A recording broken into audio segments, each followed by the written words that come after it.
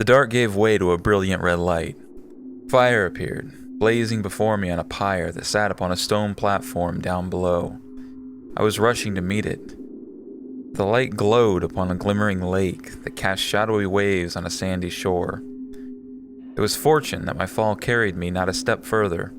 I landed in the waters, deep and wide, and my feet touched quickly the sandy bed. 3 feet farther and I would have crunched there, likely to death. I rose sputtering into chilled air. The shore was before me, lit in shadows cast by the pyre that fell over a high-rimmed wall. It appeared to be made of stone. Before it, Nieder lay, spread out like a wet spider, his hands pressed into the sand. I clawed across the low bed and lifted from the waters, which I realized now were ooze-like and thick, falling down from my clothes like thin dough and creating cloudy puddles wherever it landed. It smelled awful, like rot and dead meat, but I don't know what would make water smell like that, and I didn't want to find out. I rushed quickly to the shore and fell down beside Nieder. I sighed. "I am tired of falling," I said. Nieder did not answer from where he lay, looking up towards the dark ceiling. Through a hole up there, I could see, faintly glowing, a green light that marked where we had fallen from.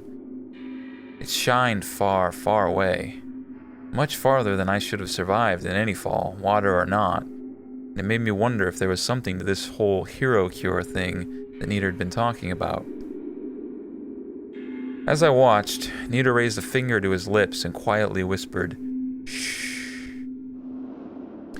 I frowned and wondered what it meant. Slowly, his finger lifted to become a pointing mark which showed the way up into the dark. I followed. His finger made a line to a place some ways to the front of our sudden drop. My eyes lingered there for a while, but I saw nothing, only a haze. There was a great black reek coming up from the pyre, like garbage being burned, and it cast a black smoke that filled the upper areas. Suddenly the crimson of the fire was reflected in something above us. The smoke shifted, and in that brief shift flashed a mirror, or something like it. Then it was covered again. I realized with horror that it had been the reflection of an eye, blinking in a black sky. "What is that?" I whispered. Nieder did not answer. His hand lowered slowly to his side. He began to rise at an agonizing pace, careful not to make a single noise, until he was crouched down below the shadow of the stone rim. He motioned for me to do the same. For the next few minutes we crept along the dark shadow of the wall, going towards a place on the left where it disappeared around what appeared to be a small tower that had crumbled. I saw now that there were many fallen things there in the dark. Houses and road, refuse and skeletal remains. There was a terrible stench coming from beyond the pyre, and now I could see over the lip of the wall that the fire was set on a garbage heap, a flame, and put there by some unseen person. The black smoke that filtered into the air shrouded the ceiling, but despite the horrible smell, I was thankful for it. Between every break of that smoke, the ceiling would be revealed in flashes of red, and what waited there chilled me. Eyes were upon every part of the sky, shifting and blinking and dripping something foul and green which sizzled when it touched the sand. And the smoke being clear, surely these things would have seen us.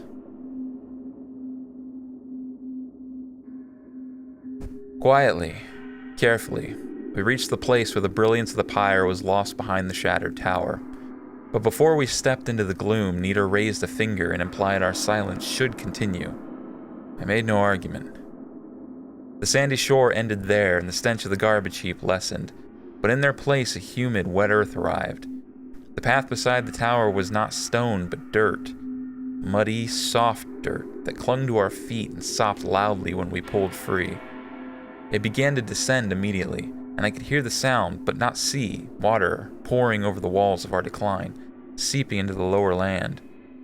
Jumping shadows of the pyre danced on our left hand, riding the wall and revealing things I did not want to behold in the dark. I saw limbs, hands, flesh rotted away. I kept my mouth shut and followed Nieder. When we had gone a ways down the tunnel, Nieder suddenly stopped and declared, "Oh, that was something, lad. Something indeed.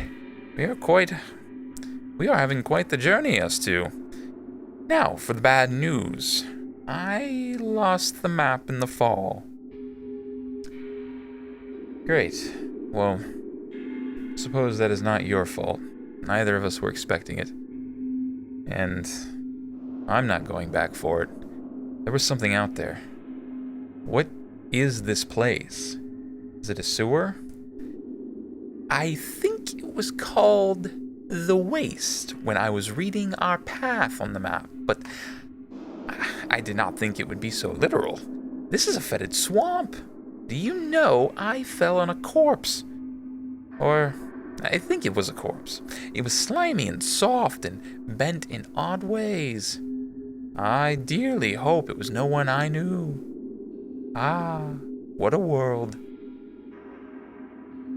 "A world and barely worth saving, I think," I said.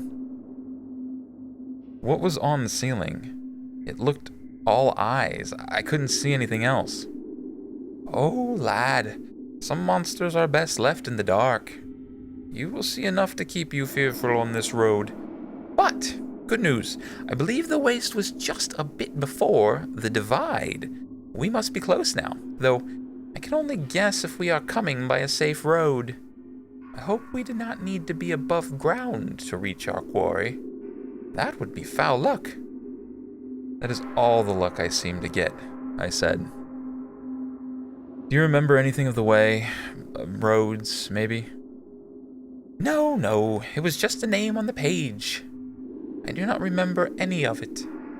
I would guess our only road is ahead. We just go on until we..." Nieder stopped abruptly as he ran headlong into a dirt wall. He coughed and sputtered. "Ah, well, maybe not straight ahead. Feel along, lad. Let's find our way in this dark." We reached in the empty black for a minute and found that the path bent to the right. Hard stone met us a few feet down in the dark, but across it was moss that felt strangely like hair, and which, in the other black, took no small bit of convincing of myself to believe it was not. I imagined all sorts of evil there, with my hands upon their face, and their wide eyes blinking at me. But nothing ever leaped out. The tunnel simply continued on. Eventually, the soft moss gave way to hard, coarse brick, and the ground beneath us dried. We had passed from the garbage lake and reached a cleaner land. A few minutes later, we found a staircase, in no small part due to my tripping over its first step. We followed it up. Cold air began to blow on our faces, coming from a high area, full of a smell like spring rains. A sound of dripping water fell from above our heads, and the soft patter of our feet faded as the ceiling rose away from us. The steps finally ended some time later. We were still in utter dark, but now the walls fell back on each side, and we heard, though still could not see, that the room expanded into a wide open area. It was not an empty room, though, as I soon found when my knee collided with something hard in the black. Through frantic feeling, I presumed it to be either a cart or a broken table. And it was not alone, for many things lie in the dark, some sharp and some rounded, some made of cloth and others feeling like iron. Interspersed between these ruins were smaller, broken things. A few felt like cups or vases, and some like the remains of fabric, but here and there I would come across things smooth and hard, which made shapes all too familiar. Faces and arms and feet. "I think there are remains here," I said. "Oh, quite. It feels like a graveyard, but not a made one," Nieder said. "What do you mean?" "Oh, just that I have walked through many places of abandonment, and there is a certain feel that they have. places of war are cut and scarred, broken apart, and places of death are clean, often well kept, usually orderly. But places that were forsaken, those are altogether different. They are hopeless, scattered, just left to die where they are. Sometimes they are slowly left by the inhabitants, and you find a world frozen in the moment, with everything exactly as it was when they left, but only rotted and dusty. But others were not left. Others are kept closed. Those are the worst. Closed how? I asked. Oh, closed to keep something in, Nita answered. Sometimes, whether of fear or cruelty, there are men who will lock aside those they do not wish to see the light of day. And those are the ones most pitiful. They are not quick deaths, not quick ruin. They are a slow decay. The shops fall eventually to pieces, the people starve over years, and all that was abandoned becomes a rotted heap. This feels like an abandoned place. These broken things at our feet, this was not the doing of war. It was the doing of time. Those who dwelled here were locked away. We were not meant to find them. That puts a dark cast on this. What do you think it was? I asked. I could not see him in the dark, but I imagine Nita shrugged. Who can say, lad? This city is old, very old, and was falling to pieces long before this darkness came to call. I was not here when the Lightbringer, whatever odd man he may be, arrived on the shores, but I have seen 1,000 Ostwiches. Not all named the same, of course, but every world has them. It is the nature of mankind to grow bigger and bigger, and often, though not always, to consume itself from within. That is awful, I said. That is man, Nita answered. You are a hungry, selfish people, created to destroy. Marhau did not seem so bad, I protested. No, Marhau was not as diseased as this pit. You were a young kind of sickness, the kind that thinks it will fix everything with words and shouts. Nonsense, of course. You do not build better roads by standing aside the old one and yelling how much you hate it. That kind of stupidity is the nicer kind, though. The ones that come after, those are much, much worse. They are the ones that try to destroy it all. Burn it down to build again, they cry. But they forget all good things behind them as they do. And if they get their way, the thing that comes after is always worse. Ostwich is what comes after. Ideals without grounding, desire without reason, the worst elements of your kind set free. Made to run over itself in a rush, to reach something that cannot be reached. What is that? I asked. Perfection, Nita answered. Sometimes, lad, it is good to stop and be thankful for a broken thing, for it may be the best of what can be. You are all limited creatures. You do not have minds to know all ends or eyes to see all paths. Yours is a lost sheep in the dark wandering about, and sometimes you sheep find the road, and you walk on it for a time, happy and peaceful, but then some of you say, oh, there must be a better road, and run off. But you find there is only more darkness out there. And you come back and you say, well, it failed once out there, but here it would be better. Let us build a better road instead of finding it elsewhere. And that is the chance, lad. That is the moment, the decision. If you agree, if you sheep drop the way and pick up the tools and start uprooting foundation, that that is when it all goes to pieces. Because you are not builders, you see. You are sheep, made to listen to a shepherd, to do as you're told. It is a better way in the end. That does not sound better. That sounds like slavery, I said. Oh, it is. The very best kind. The kind that is proper and good. Everyone serves another lad, whether they know it or not. The rich man serves a richer. A pauper serves his master. Even I am not the last link on a chain. Well, I don't like that at all, I said. That sounds much worse, in fact. We should all be free to choose our path. Making your own way is best. Is it? Have you done a good job with that? Well, who am I to disagree? After all, look around. What a wonderful path your freedom has made. But no, lad, I am not talking about freedom. I am talking about progress. That awful, dirty word. Progress.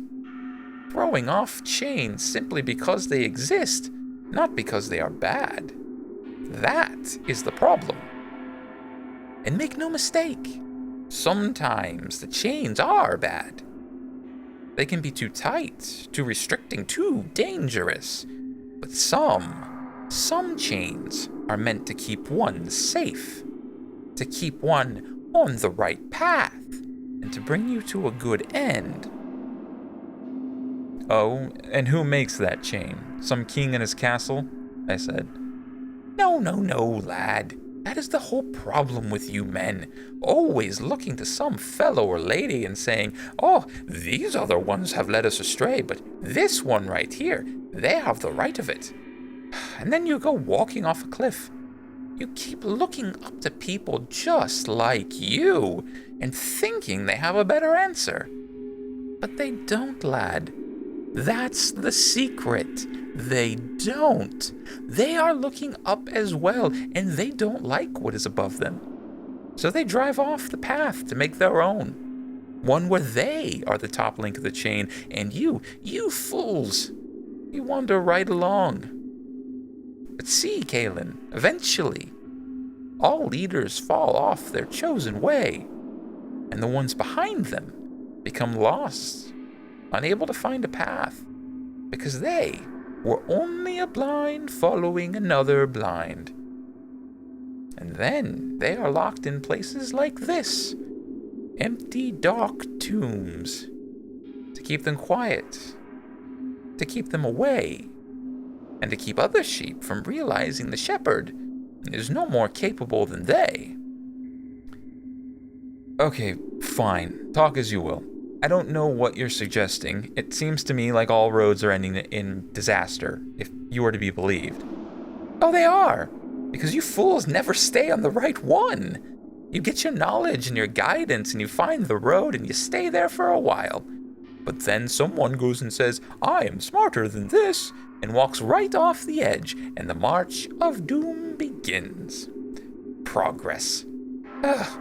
It should be so good a word, but it always seems to end foully. Sometimes, Calen, it is best to be content and realize that progress does not always go forward.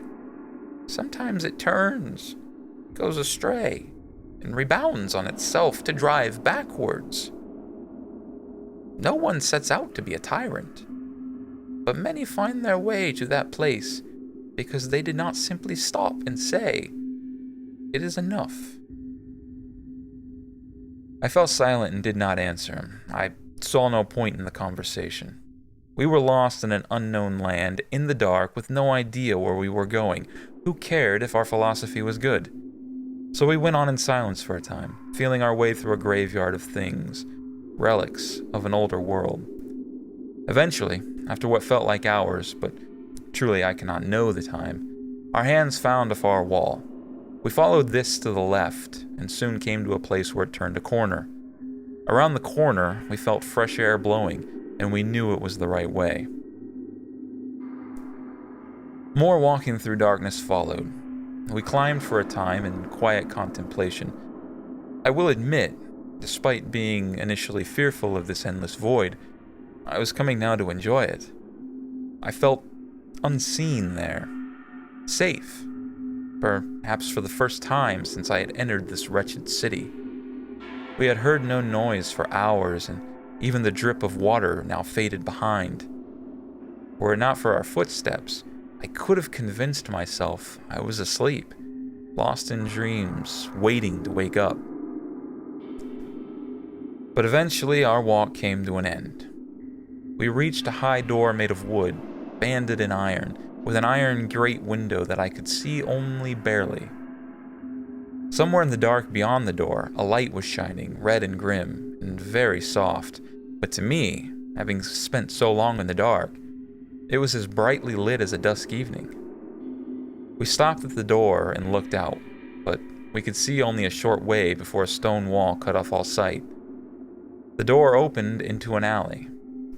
We cautiously pulled it open, creaking and loud to our quiet, attuned ears, and Nieder stepped out first.